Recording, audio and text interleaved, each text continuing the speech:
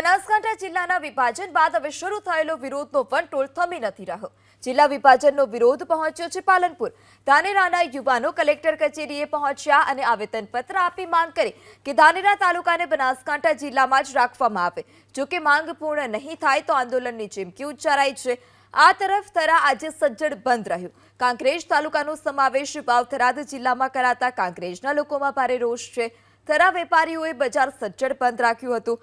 કાંકરેજના કોંગ્રેસ ધારાસભ્ય અમરોજી ઠાકોરે વેપારીઓ સાથે બેઠક કરી, જેમાં મોટી સંખ્યામાં વેપારીઓ હાજર રહ્યા।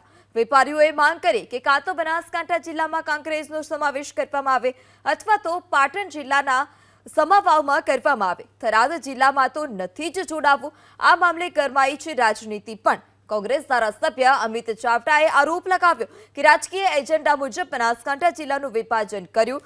કાંકરેજ અને દિયોતરનો સમાવેશ થરાદ જિલ્લામાં કરાતા બંને તાલુકાના લોકોને મુશ્કેલી પડશે। તો બનાસકાંઠાના વિભાજન બાદ હવે સ્થાનિક ભાજપના નેતાઓ પણ મેદાને છે। કાંકરેજ તાલુકાના પૂર્વ ભાજપ પ્રમુખ અણદાભાઈએ સીએમને પત્ર લખ્યો। કાંકરેજ તાલુકાને બનાસકાંઠામાં જ રાખવા માટે રજૂઆત કરી। બનાસ અમારી ઓળખ છે, એટલે કાંકરેજનો બનાસકાંઠામાં પ્રવેશ થાય તેવી અણદાભાઈ પટેલે માંગ કરી છે। બનાસકાંઠા મોટો જિલ્લો હોવા છતાં 6 તાલુકાનો જ સમાવેશ કરાયો। થરાદને નવો જિલ્લો બનાવી 8 તાલુકાનો સમાવેશ કરાયો તેવી વાત પણ અણદાભાઈ પટેલે કરી। ભાઈ, આપને પણ પત્ર લખ્યો છે, શું છે એમાં રજૂઆત? મેં મુખ્યમંત્રી સાહેબને પણ પત્ર લખ્યો છે અને અમિતભાઈ શાહ સાહેબને, નરેન્દ્રભાઈ મોદી સાહેબને, અમારા ભાજપના પ્રદેશ પ્રમુખ CR પાટીલ સાહેબને લખ્યો છે લેટર, એની કોપી મોકલી છે।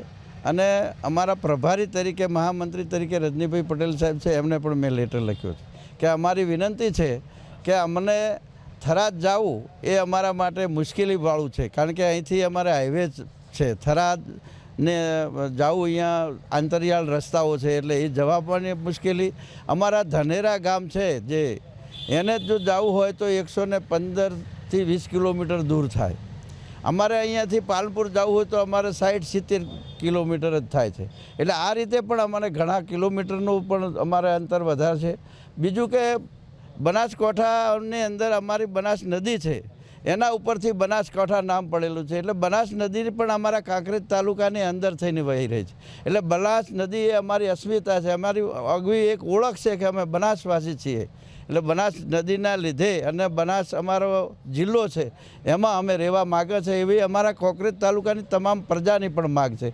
સહકારી સંસ્થાઓ, બનાસ ડેરી હોય, બનાસ બેંક હોય, બનાસકાંઠા જિલ્લા સહકારી સંઘ હોય, બનાસકાંઠા જિલ્લા ખરીદ વેચાણ સંઘ હોય, આવી અનેક સંસ્થાઓ પણ પાલનપુર આવેલી છે, એની HO ઓફિસ પાલનપુર છે। એટલે ત્યાં અમારું કામ હોય તો અમારે થરાદ જઈએ અને થરાદથી પછી ત્યાં જવું પડે ને આ રીતે મુશ્કેલીભર્યું વાતાવરણ અમને લાગે છે કે અમારે ઘણી બધી મુશ્કેલીઓ તાલુકાની પ્રજાને પડશે। અને તાલુકાની પ્રજાએ આજે સમગ્ર કાંકરેજ તાલુકાના વેપારીઓએ બંધ રાખીને પાડ્યો છે।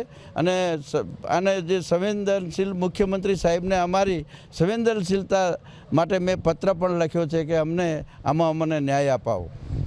થરાદ જિલ્લો છે તેને હાલ તો જાહેર કરી દીધો છે, ક્યાંક તમને પાટણ જિલ્લામાં સમાવેશ કરવામાં આવે તો? અમને પાટણ જિલ્લામાં સમાવેશ કરવામાં આવે તો અમને ગાંધીનગર જવું કે અમદાવાદ જવું કે આ રીતે સરળતા પડે, પણ જે અમારી ઓળખ છે, બનાસ અસ્મિતા છે, બનાસ નદી અહીંથી વહે છે અને બનાસકાંઠાની અંદર અમે રહીએ છીએ, એટલે અમે બનાસ નદી સાથે માતાના, બનાસ નદી એ અમારી માતા છે, એ રીતે અમે જોડાયેલા છે વર્ષોથી। એટલે અમને એ નામ ને એ ઓળખ અમારી જાય એવું કાંકરેજ તાલુકાની પ્રજા ઈચ્છતી નથી।